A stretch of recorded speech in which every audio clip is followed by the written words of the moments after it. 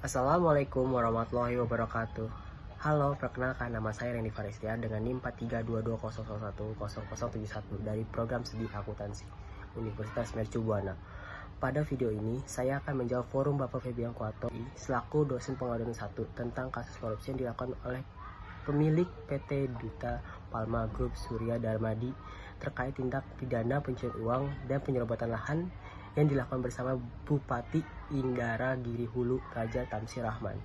Pada kasus korupsi ini, Surya Darmadi dan mantan Bupati Indara Giri Hulu Tamsir Rahman melakukan penyerobotan lahan kelapa sawit secara ilegal tanpa izin, di mana Darmadi melakukan pengelolaan hutan dan izin usaha perkebunan tanpa disertai dengan adanya izin pelepasan kawasan hutan dari Kementerian Perhutanan dan tidak memiliki hak guna usaha pengelolaan hutan dari Badan Pertahanan Negara. Pada kasus pencucian uang, Surya Darmadi melakukan penyembunyian identitas dan pergi ke Singapura dengan mengubah identitas dan membawa lari seluruh kekayaannya. Berikut analisis pengandalian internal pada kasus Duta Palma Group dengan mantan Bupati Indara Giri Hulu. 1.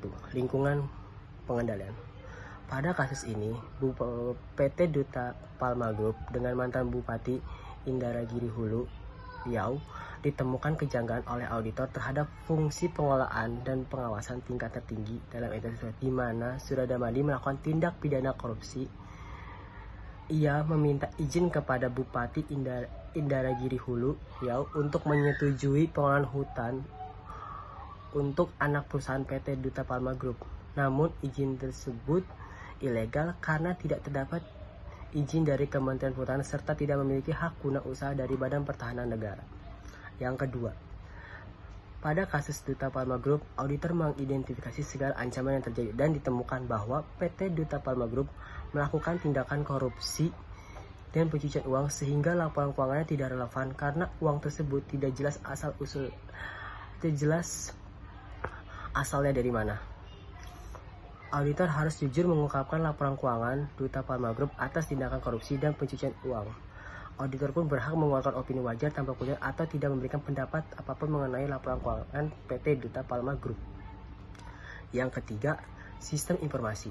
Pada kasus Duta Palma Group ini, sistem informasi yang digunakan tidak sesuai yang berlaku, di mana PT Duta Palma Group melakukan sistem informasi untuk pengelolaan lahan baru secara ilegal dengan mantan Bupati Indara Giri Hulu Riau untuk menyetujui pengelolaan lahan baru kelapa sawit untuk keuntungan PT Duta Palma Group yang merugikan negara. Yang keempat, kegiatan pengendalian. Pada kasus PT Duta Palma Group, auditor melihat meskipun melakukan tindak korupsi dan pencucian uang, namun PT Duta Palma Group telah memperhatikan risiko yang akan terjadi pada perusahaan akibat dari teknologi informasinya.